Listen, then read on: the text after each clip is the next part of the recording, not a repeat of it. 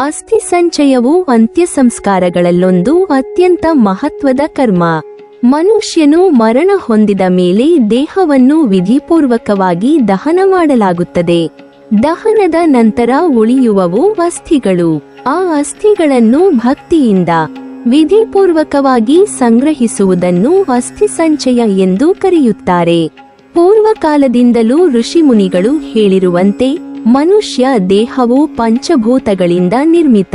ಅಗ್ನಿ ಸಂಸ್ಕಾರ ಮಾಡಿದಾಗ ದೇಹವು ಅಗ್ನಿಯ ಮೂಲಕ ಆ ಪಂಚಭೂತಗಳಲ್ಲಿ ಲಯವಾಗುತ್ತದೆ. ಆದರೆ ಅಸ್ಥಿಗಳು ಮಾತ್ರ ಶೇಷವಾಗುತ್ತವೆ.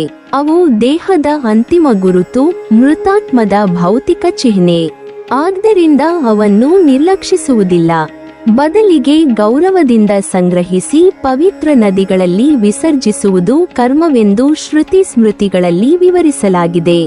ಅಸ್ಥಿ ಸಂಚಯ ಮಾಡುವ ವಿಧಾನವು ಶ್ರದ್ಧೆಯಿಂದಿರಬೇಕು. ದಹನ ಕ್ರಿಯೆಯ ನಂತರ ಚಿತೆಯ ಅಗ್ನಿ ಸಂಪೂರ್ಣ ಶಾಂತವಾದಾಗ ನದಿಯು ಹರಿಯುವ ದಿಕ್ಕಿಗೆ ಮುಖ ಮಾಡಿ ಶುದ್ಧ ವಸ್ತ್ರ ಧರಿಸಿ ಮಂತ್ರಗಳನ್ನು ಜಪಿಸುತ್ತಾ ಅಸ್ಥಿಗಳನ್ನು ಎತ್ತಬೇಕು. ಆ ಅಸ್ಥಿಗಳನ್ನು ಲೋಟ ಅಥವಾ ಕಲಶದಲ್ಲಿ ಹಾಕಿ ಮೇಲ್ಭಾಗವನ್ನು ಹೂವುಗಳಿಂದ ಅಲಂಕರಿಸಿ ಪುನಃ ಜಪದೊಂದಿಗೆ ಮುಚ್ಚಬೇಕು. ಈ ಕಾರ್ಯವನ್ನು ಮಾಡುವಾಗ ಮೃತನ ಹೆಸರು, ಗೋತ್ರವನ್ನು ಉಚ್ಚರಿಸಿ ಇದನ್ನು ಪಿತೃಗಳಿಗೆ ಅರ್ಪಿಸುತ್ತಿದ್ದೇನೆ ಎಂಬ ಭಾವನೆ ಇರಬೇಕು. ಪುರಾಣಗಳಲ್ಲಿ ಹೇಳಿರುವಂತೆ ಗಂಗಾದಿ ನದಿಗಳಲ್ಲಿ ಅಸ್ಥಿ ಸಂಚಯ ಮಾಡಿದರೆ ಮೃತಾತ್ಮವು ಮೋಕ್ಷಪಥವನ್ನು ಸೇರುತ್ತದೆ. ಗಂಗಾಜಲವು ಪಾಪಹಾರಕ, ಪುಣ್ಯಪ್ರದ. ಗಂಗಾ ಜಲ ಸಂಯುಕ್ತ ಅಸ್ಥಿ ವಿಸರ್ಜನೆಯಿಲ್ಲದೆ ಆತ್ಮವು ಸಂಪೂರ್ಣ ಶಾಂತಿಯನ್ನು ಪಡೆಯುವುದಿಲ್ಲ ಎಂದು ಗರುಡ ಪುರಾಣದಲ್ಲಿ ಹೇಳಲಾಗಿದೆ. ಅಸ್ಥಿ ಸಂಚಯವು ಕೇವಲ ಆತ್ಮಕ್ಕೆ ಶಾಂತಿಯನ್ನೇ ನೀಡುವುದಲ್ಲ, ಜೀವಿತ ಕುಟುಂಬಕ್ಕೂ ಪಿತೃಗಳ ಆಶೀರ್ವಾದವನ್ನು ತರುತ್ತದೆ. ಇದನ್ನು ಮಾಡದಿದ್ದರೆ ಮೃತಾತ್ಮವು ಲೌಕಿಕ ಬಂಧನದಿಂದ ಮುಕ್ತವಾಗದೆ ಕುಟುಂಬಕ್ಕೆ ತೊಂದರೆ ತರಬಹುದು ಎಂಬ ನಂಬಿಕೆಯೂ ಇದೆ. ಆದ್ದರಿಂದ ಈ ಕರ್ಮವನ್ನು ನಿರ್ಲಕ್ಷಿಸದೆ ಭಕ್ತಿ ಭಾವಗಳಿಂದ ಆಚರಿಸುವುದು ಪ್ರತಿಯೊಬ್ಬರ ಧರ್ಮ. ಅಸ್ಥಿ ವಿಸರ್ಜನೆ ಎಂಬುದು ಅಂತ್ಯಕ್ರಿಯೆಯಲ್ಲಿನ ಅತ್ಯಂತ ಪವಿತ್ರ ಮತ್ತು ಕಡ್ಡಾಯವಾದ ವಿಧಿಗಳಲ್ಲಿ ಒಂದೆಂದು ಶ್ರುತಿ ಸ್ಮೃತಿಗಳು ವಿವರಿಸುತ್ತವೆ. ಮನುಷ್ಯನು ಮರಣ ಹೊಂದಿದ ನಂತರ ದೇಹವನ್ನು ಅಗ್ನಿಗೆ ಅರ್ಪಿಸಿ ದಹನ ಮಾಡುವುದರಿಂದ ಪಂಚಭೂತಗಳಲ್ಲಿ ದೇಹವು ಲೀನವಾಗುತ್ತದೆ. ಆದರೆ ದಹನವಾದ ಮೇಲೆ ಉಳಿಯುವವು ಅಸ್ಥಿಗಳು. ಆ ಅಸ್ಥಿಗಳು ಮೃತಾತ್ಮನ ದೇಹದ ಕೊನೆಯ ಗುರುತು, ಪಿತೃ ಸಂಬಂಧವನ್ನು ನೆನಪಿಸುವ ಒಂದು ಪವಿತ್ರ ಚಿಹ್ನೆ. ಈ ಅಸ್ಥಿಗಳನ್ನು ಸಂಗ್ರಹಿಸಿ ನಂತರ ಪವಿತ್ರ ನದಿಗಳಲ್ಲಿ ಅಥವಾ ಸಮುದ್ರದಲ್ಲಿ ವಿಸರ್ಜಿಸುವ ಕರ್ಮವನ್ನೇ ಅಸ್ಥಿ ವಿಸರ್ಜನೆ ಎಂದು ಕರೆಯಲಾಗುತ್ತದೆ. ಪುರಾಣಗಳು, ವಿಶೇಷವಾಗಿ ಗರುಡ ಪುರಾಣ, ಅಗ್ನಿ ಪುರಾಣ, ಧರ್ಮಶಾಸ್ತ್ರಗಳು ಅಸ್ಥಿ ವಿಸರ್ಜನೆಯ ಮಹತ್ವವನ್ನು ಪುನಃ ಹೇಳುತ್ತವೆ. ಗಂಗಾ, ಯಮುನಾ, ಗೋದಾವರಿ, ನರ್ಮದಾ, ಕಾವೇರಿ, ತಾಮ್ರಪರ್ಣಿ ಮುಂತಾದ ಪವಿತ್ರ ನದಿಗಳು ಅಥವಾ ಸಮುದ್ರವೇ ಆಗಲಿ, ಇವುಗಳಲ್ಲಿ ಅಸ್ಥಿ ವಿಸರ್ಜನೆ ಮಾಡಿದರೆ ಆತ್ಮವು ಪಾಪ ಬಂಧನಗಳಿಂದ ಮುಕ್ತರಾಗಿ ಪಿತೃಲೋಕ ಅಥವಾ ಪರಮಪದವನ್ನು ಸೇರುತ್ತದೆ ಎಂಬ ನಂಬಿಕೆಯಿದೆ.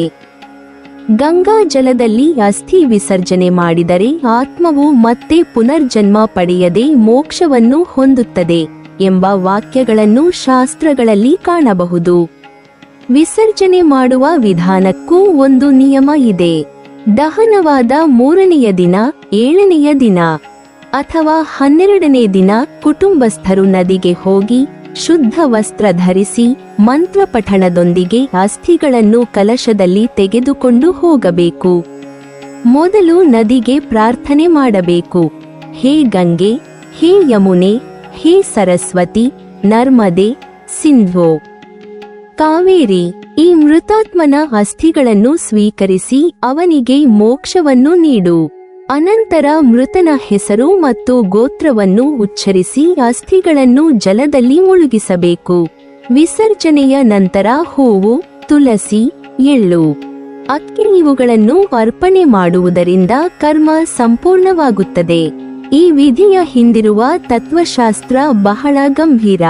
ಅಸ್ಥಿ ವಿಸರ್ಜನೆಯಿಲ್ಲದೆ ಮೃತಾತ್ಮವು ಲೌಕಿಕ ಬಂಧನದಿಂದ ಮುಕ್ತವಾಗದೆ ಭೂಮಂಡಲದ ಸುತ್ತಲೂ ಅಲೆಯುತ್ತಾ ಶಾಂತಿ ಪಡೆಯುವುದಿಲ್ಲವೆಂದು ಹೇಳುತ್ತಾರೆ. ಆದರೆ ಅಸ್ಥಿ ವಿಸರ್ಜನೆಯಾಗುತ್ತಿದ್ದಂತೆಯೇ ಆತ್ಮವು ದಿವ್ಯ ಮಾರ್ಗವನ್ನು ಹಿಡಿದುಕೊಂಡು ಪಿತೃಲೋಕಕ್ಕೆ ಅಥವಾ ಪರಮಾತ್ಮನ ಸಾನ್ನಿಧ್ಯಕ್ಕೆ ಸೇರುತ್ತದೆ. ಹೀಗಾಗಿ ಅಸ್ಥಿ ವಿಸರ್ಜನೆ ಎಂಬುದು ಕೇವಲ ಸಂಪ್ರದಾಯವಲ್ಲ, ಅದು ಆತ್ಮಶುದ್ಧಿಯ, ಪಿತೃಶ್ರಾದ್ದದ, ಭೌತಿಕ ಆಧ್ಯಾತ್ಮಿಕ ಸಂಬಂಧವನ್ನು ಪೂರೈಸುವ ಒಂದು ಅತ್ಯಂತ ಪವಿತ್ರ ವಿಧಿ. ಬದುಕಿರುವ ಕುಟುಂಬದವರಿಗೆ ಇದು ಕೇವಲ ಕರ್ತವ್ಯವಲ್ಲ, ಒಂದು ತಾತ್ವಿಕ ಹೊಣೆಗಾರಿಕೆಯೂ ಹೌದು. ಒಂದಾನೊಂದು ಕಾಲದಲ್ಲಿ ದಕ್ಷಿಣ ಭಾರತದ ಒಂದು ಹಳ್ಳಿಯಲ್ಲಿ ಧರ್ಮನಿಷ್ಠನಾದ ವೀರೇಶ ಎಂಬ ವೃದ್ಧನು ವಾಸಿಸುತ್ತಿದ್ದ. ಅವನು ಜೀವನವಿಡೀ ಧರ್ಮದ ಮಾರ್ಗದಲ್ಲೇ ನಡೆದು ಯಜ್ಞ, ಹೋಮ, ದಾನ ಧರ್ಮಗಳಲ್ಲಿ ತೊಡಗಿಕೊಂಡಿದ್ದ. ಆದರೆ ಕಾಲಚಕ್ರ ಯಾರಿಗೂ ತಡೆಯಲಾಗದಂತೆ ಅವನಿಗೂ ಅಂತಿಮ ಕ್ಷಣ ಬಂದಿತು. ಮರಣ ಹೊಂದಿದಾಗ ಮನೆ ಮಂದಿ, ಬಂಧು ಬಳಗ ಕಣ್ಣೀರಿನಲ್ಲಿ ಮುಳುಗಿದರು. ಶಾಸ್ತ್ರಸಮ್ಮತವಾಗಿ ಅಂತ್ಯಕ್ರಿಯೆಯನ್ನು ನೆರವೇರಿಸಿದರು. ದೇಹವು ಅಗ್ನಿಗೆ ಅರ್ಪಿಸಲ್ಪಟ್ಟಿತು. ಅಗ್ನಿಯು ತನ್ನ ಜ್ವಾಲೆಯಿಂದ ದೇಹವನ್ನು ಪಂಚಭೂತಗಳಲ್ಲಿ ಲೀನಗೊಳಿಸಿತು. ಆದರೆ ದಹನದ ಬಳಿಕ ಉಳಿದವು ಅಸ್ಥಿಗಳು. ಆ ಅಸ್ಥಿಗಳು ಕುಟುಂಬದವರ ಕೈಯಲ್ಲಿ ಕಲಶದಲ್ಲಿ ಸಂಗ್ರಹಿಸಲ್ಪಟ್ಟವು.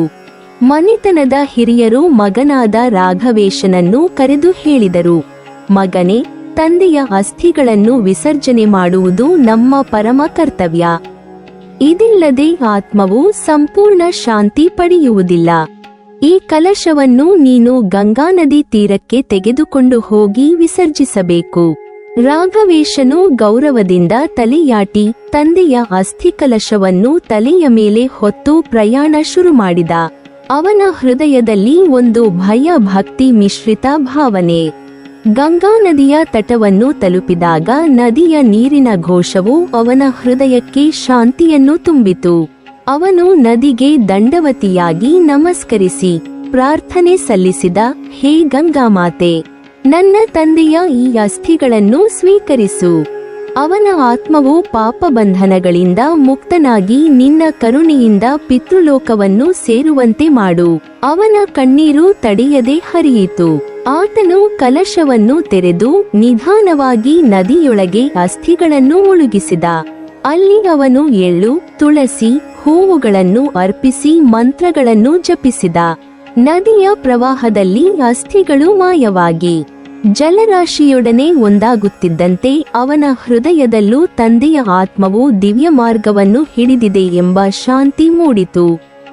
ಅಲ್ಲಿದ್ದ ಪಂಡಿತರು ಹೇಳಿದರು, ಮಗನೇ, ನೀನು ಮಾಡಿದ ಈ ಅಸ್ಥಿ ವಿಸರ್ಜನೆ ಅಗ್ನಿಷ್ಟೋಮ ಯಜ್ಞದಷ್ಟೇ ಮಹತ್ವವುಳ್ಳದು. ಗಂಗಾ ನದಿಯ ಪವಿತ್ರ ಜಲದಲ್ಲಿ ಅಸ್ಥಿಗಳನ್ನು ಮುಳುಗಿಸಿದವನ ಪಿತೃಗಳು ಸ್ವರ್ಗಲೋಕದಲ್ಲಿ ಆಸೀನರಾಗುತ್ತಾರೆ. ಇನ್ನು ನಿನ್ನ ತಂದೆಯ ಆತ್ಮವು ಶಾಂತಿಯೊಂದಿಗೆ ಪರಮಗತಿಯನ್ನು ಹೊಂದಿದ್ದಾನೆ. ರಾಘವೇಶನು ಕಣ್ಣೀರಿನಿಂದಲೇ ನಗುತ್ತಾ ತಂದೆಯ ಕರ್ತವ್ಯವನ್ನು ನೆರವೇರಿಸಿದ್ದೇನೆಂಬ ತೃಪ್ತಿಯಿಂದ ಹಳ್ಳಿಯ ಕಡೆಗೆ ಹಿಂದಿರುಗಿದನು. ಅವನ ಮನಸ್ಸಿನಲ್ಲಿ ಒಂದು ಗಾಢವಾದ ಭಾವನೆ ಮೂಡಿತು.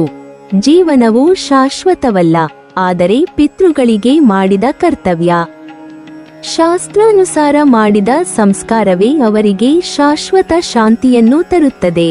ಈ ರೀತಿ ಅಸ್ಥಿ ವಿಸರ್ಜನೆ ಎಂಬುದು ಕೇವಲ ವಿಧಿಯಲ್ಲ, ಅದು ಪುತ್ರನ ಧರ್ಮ, ಕುಟುಂಬದ ಹೊಣೆಗಾರಿಕೆ ಮತ್ತು ಪಿತೃಗಳಿಗೆ ಕೊಡುವ ಪರಮ ಗೌರವ.